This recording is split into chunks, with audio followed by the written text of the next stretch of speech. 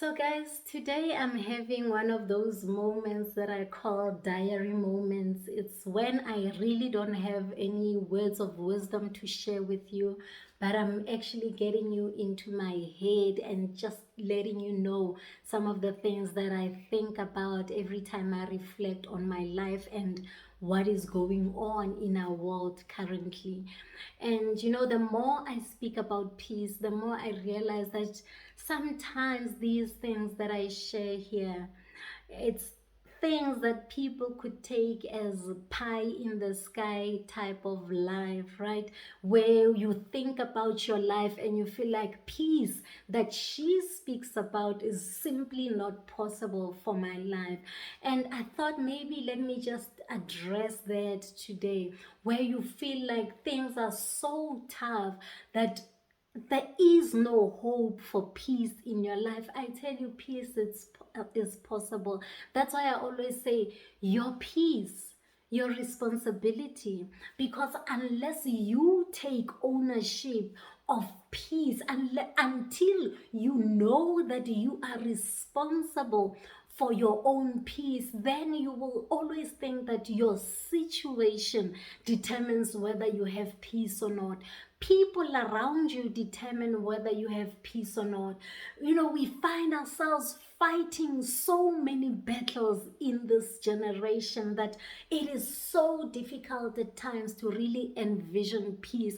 I mean, when you find fights between mothers and daughters being so intense that they spend 2 years of not talking to each other.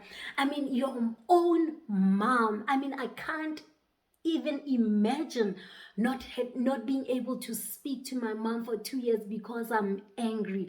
But those are the things that we go through. And when you try and explain your situation to some people like me who don't have those kind of issues, then it feels like people are just not hearing you. People expect you maybe to be a good daughter and go speak to your mother, but yet they don't understand the kind of abuse that your mom has put you through, and there's no way you can forgive her. But then you lack peace. When I say peace is your responsibility, I mean that when you don't have peace, you are the one who suffers. When you don't let go of things, then you are the one who bears the brunt of not having peace in your life. I mean, you suffer in relationships that you have because of this specific thing that you won't let go of. There are so many things that we all can carry. We all have reasons, I tell you, for not having peace in our lives. But it is when you make the decision that you are going to live a peaceful life, no matter what is going on in your life, that you will feel at times the weight of the things that you have to do. Some sacrifices that you will need to make that will make you have peace will have to be done. Something like forgiving your mom, right?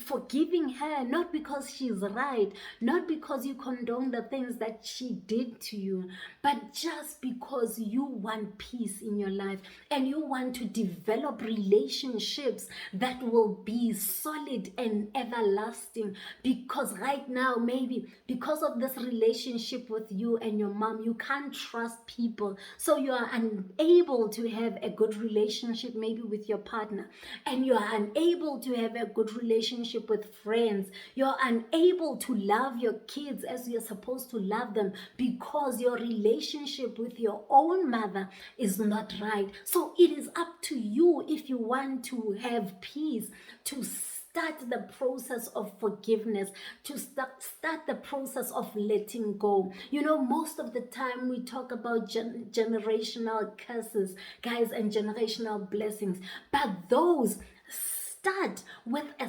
certain person in life who decides in the family that I'm going to be the first to experience experience or to turn around the situation so that we now have generational blessings.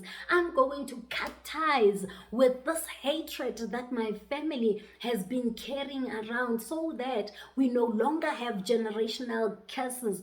We have generational blessings. It has to start with somebody. And if you want peace between you and your children and other relationships that you have, and you recognize that the relationship maybe between you and your mom is that relationship that causes chaos between all other relationships that you have, maybe you need to make the sacrifice of peace, and that is to really seek a healing, to really go through a process of forgiving your mother for whatever it is that she has done. You know, there is no point in carrying hurt and pain that makes you upset all the time, that makes you not enjoy life as you're supposed to. You know, when we hold on to anger, when we hold on to disappointments, I tell you, these things tie us down, and God,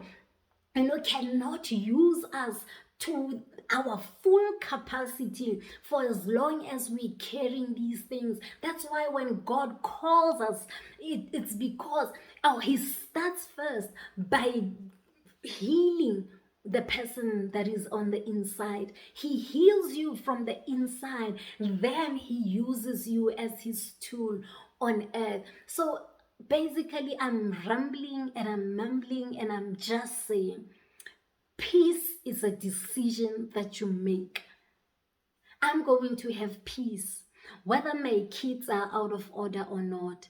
And that doesn't mean you're going to let the situation lie, but you're saying you're going to keep your sanity. You're going to keep who you are on the inside, whether your kids are going crazy or not. Because when you have peace, then you are able to trust God even in the midst of chaos. Then you start having faith that is bold, because now you are not panicking, you are not anxious about the well-being of your children. You decide that I'm going to have peace whether I have money in my bank account or not, because panicking will not help you or me find solutions on how we can increase the bank balance, right? But when you have peace, you're able to think clearly of the strategy to move forward. I mean, peace is so important because it helps us shape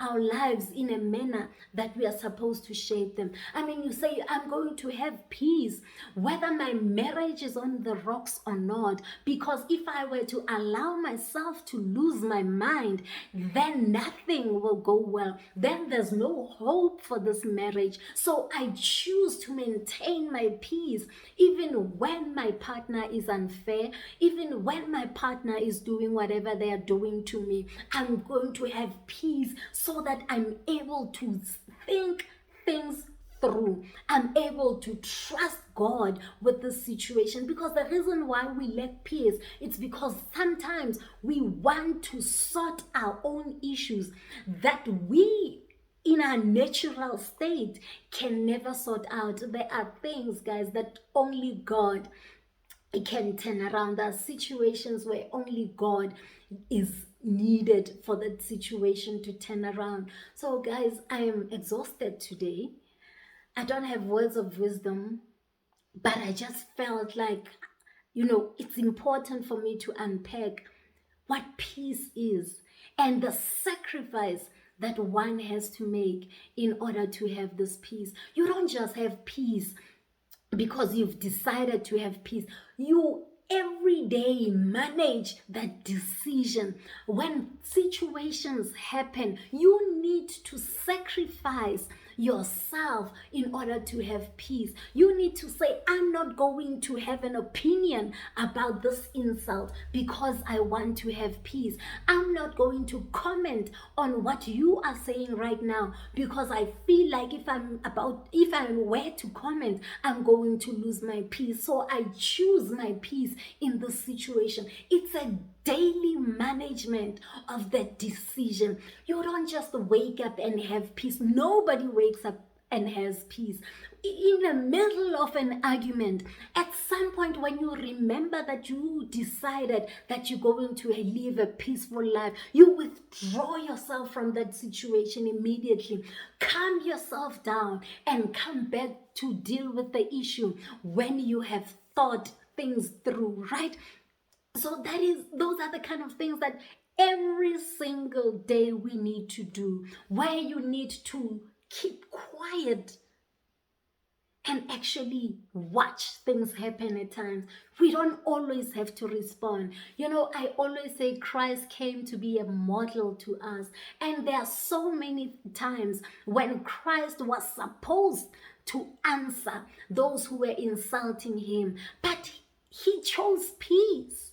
He chose to move forward with what he had to do. He chose to keep quiet in many situations where it was important for him to answer and defend himself. But he understood that in order for him to continue with the purpose for which he came on earth for, he needed to maintain his peace. And when he felt like by responding he was going to lose his peace, then he would just keep quiet. So guys, it's important for us to understand that a life of peace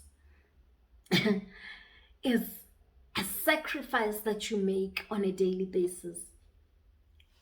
I talk about a sacrifice of peace because sometimes you will have to keep quiet when everything in you wants to say something. Sometimes you will have to move yourself away from a certain crowd because when you're in their midst, you lose your peace. Sometimes you will have to deny yourself some good things that are in your fridge because when you're overweight, you don't have peace. Right? So it's a daily sacrifice that we all need to make. And today, like I said, guys, I'm just rambling. I've got no beautiful message for anybody. But if in all of this that I've said, I've helped you out, then I hope, then praise God. Praise Jesus rather for that, okay? Because I'm rambling, I'm tired, I don't know what's going on, I'm exhausted, and I didn't have a message truly, and that's why I had to do this. Didn't have a message. I felt like God was just quiet, and when God is quiet, you don't just talk, right? So I decided, let me do this diary moment and tell you guys, I'm tired today. I'm exhausted, and I don't know whether there's something in my spirit that is going on. I don't understand why I'm this exhausted, but I feel like I'm not connecting. I'm not properly connecting. Something is not right in me, but I thought, let me just do this video to remind you, peace is a daily decision. Peace is a daily management, rather, of a decision that you make. When you make a decision that you're going to live a life of peace, then stick to it. And if there are sacrifices that you need to make in order to have peace, then so be it, guys. And I'm not talking about sacrificing your own values. We talk about core values on this platform. Whatever doesn't touch your core value, it's things that you can compromise on. So if there are compromises that you need to make in order to have peace, then go ahead. Guys,